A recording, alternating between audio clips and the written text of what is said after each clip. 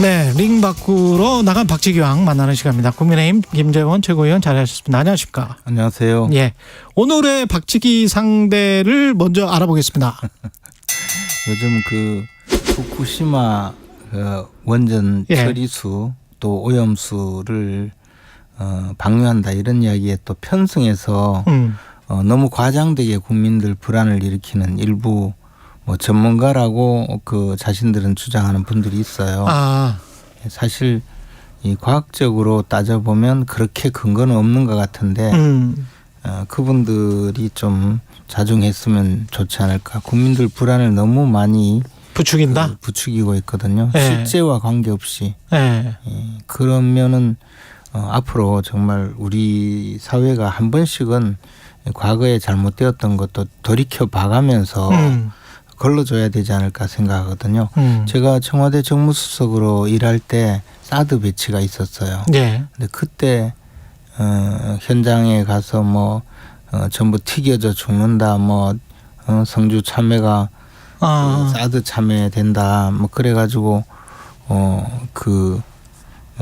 헛소문 퍼뜨리고 네. 가짜 뉴스 퍼뜨리던 분들이 정치인 중에도 많았거든요. 그렇습니까? 예. 그런데 뭐 지금 와서 그때 잘못한 것을 단 한 번도 사과하지 않고 그대로 지금까지 이어져 왔거든요. 예. 아마 이 오염수 문제도 뭐 그런 결과가 되지 않을까 생각합니다. 그래요.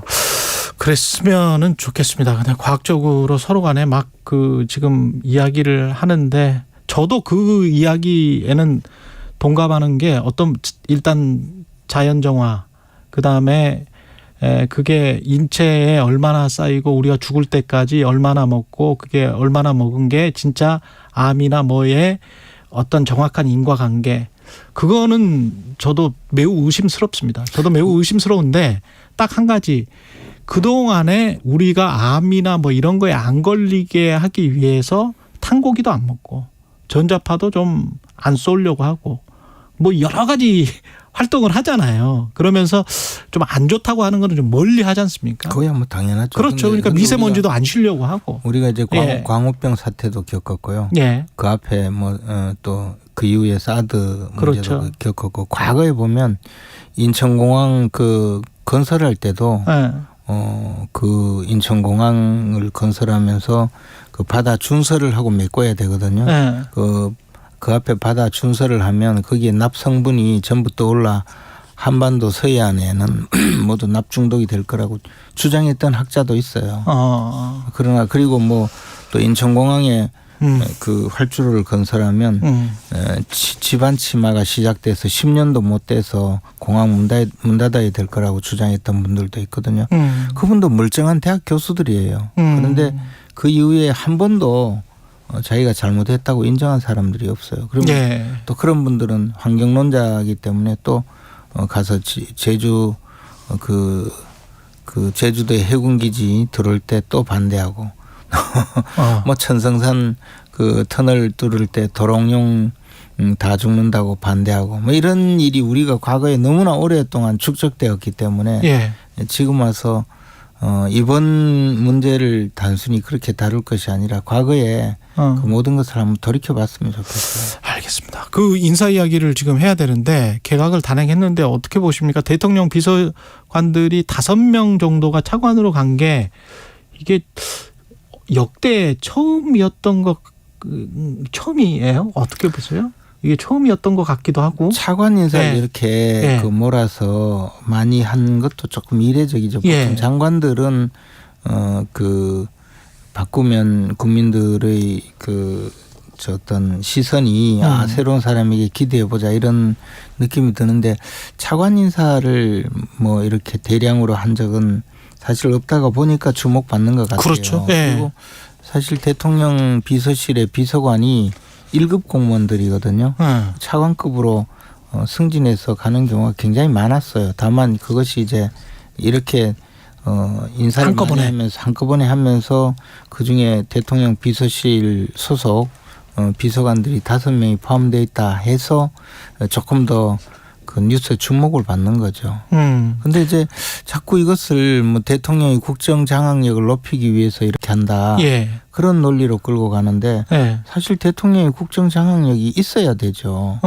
통상적으로 보면 정권이 바뀌었을 때는 대통령에 대해서 국민들이 그분의 뭐 어떤 앞으로 국가를 이끌고 가려는 방향이라든가 뭐 좀 그렇죠, 그렇죠. 고상하게 말씀드리자면 통치 철학을 그렇죠. 구현해 달라는 것으로 국민들이 대통령을 선출했거든요. 예. 그럼 당연히 관료 기구도 대통령의 통치 철학에 맞도록 진행이 되어야 비로소 이 국민 주권이 실현되는 거거든요. 예. 그런데 사실 최근 한 10여 년 동안 돌이켜 보면 각 그 부처에 있는 공무원들이 그 내부에서도 뭐 예를 들어 과단이라든가 이런 내부에서도 결정권을 가진 분들을 돌이켜 보면 마치 진치전을 벌이듯이 대통령의 통치 철학이나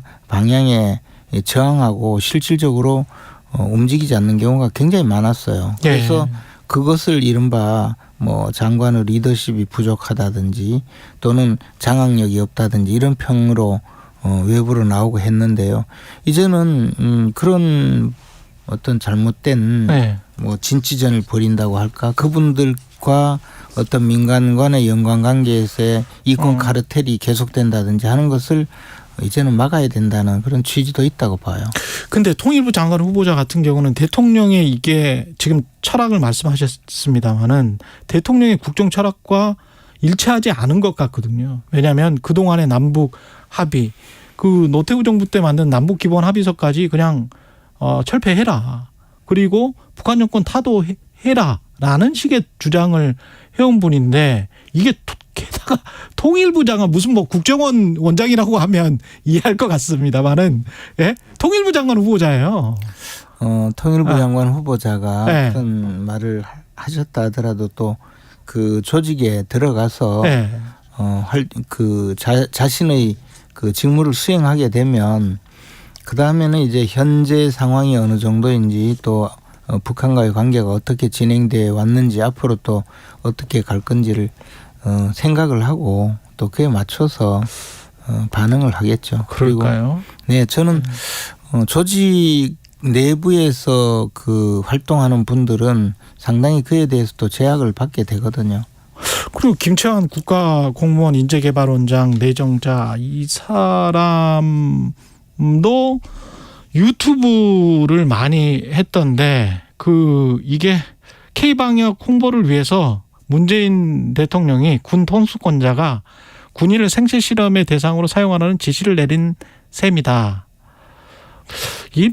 뭐 물론 유튜브여서 자극적으로 일부러 이렇게 발언을 했는지는 모르겠습니다만은 이 행시 패스한 사람들 모시고 수업 총괄하는 이 인재개발원장의 인식이 너무 조악하지 않습니까? 이건 사실 이분도 이제 인재개발원 가면 또 그 지금까지 해오던 여러 가지 그 교육 과정을 조금 뭐 바꿀 수는 있겠지만 그러나 크게 그 자신이 지금까지 주장했던 이야기를 그 관철시키려고 하지는 못할 거라고 봅니다. 저도 30년 이전에 그 인재개발원 그때 당시 중앙공무원교육원 그렇죠. 과정을 거쳤는데요. 1년간 뭐 그런 과정에서 지금 말씀하신 대로 주장을 하거나 또 그것을 반영시키기 위해서 뭐 이상한 수준의 이야기를 한다든가 그렇지는 않으리라고 봐요. 아니 근데 제가 이제 걱정되는 건 윤석열 대통령, 윤석열 정부의 이미지가 이런 극우 유튜브적 색깔을 가지고 있는 장관 후보자나 이런 차관급 내정자가 이 투사가 된단 말이죠. 그 이미지가. 그러면 그게 정부나 대통령의 이미지에 별로 좋지가 않을 것 같은데 왜 이런 인사를 했을까 그런 궁금증이 듭니다. 아니 제가 보기에는 대통령이 바뀐 지가 1년이나 되었는데 정부 부처는 거기에 따라가지 않고 그냥 자신들의 방향과 더 나아가서 관료들 개개인의 이해관계에 따라서 움직이는 것이 아닌가라는 생각을 할 때도 많았어요. 예. 그러니까 좀 자극을 준다는 의미에서 좀 퍼스널리티가 강한 분을 뭐 차관급으로 보낼 수도 있겠지만 사실 차관은 독자적으로 일하는 것이 아니라 늘 장관의 통제를 받거든요. 그렇기 때문에 차관 인사를 두고 저는 뭐 이렇게 크게 논란을 벌일 필요는 없다고 생각해요. 예. 그리고 지난번에 자유총연맹 창립 기념식에서 대통령이 반국가 세력이라고 지칭을 했는데 나중에 이제 대통령실은 그 반국가 세력이 민주당이나 문재인 정부를 이야기하는 것은 아니다라고는 했습니다만 정황상 이렇게 맥락상 우리가 또 보면 킬러 문항은 아닐지라도 이렇게 쭉 보니까 그게 반국가 세력이 거기 아니야 이렇게 느껴지거든요.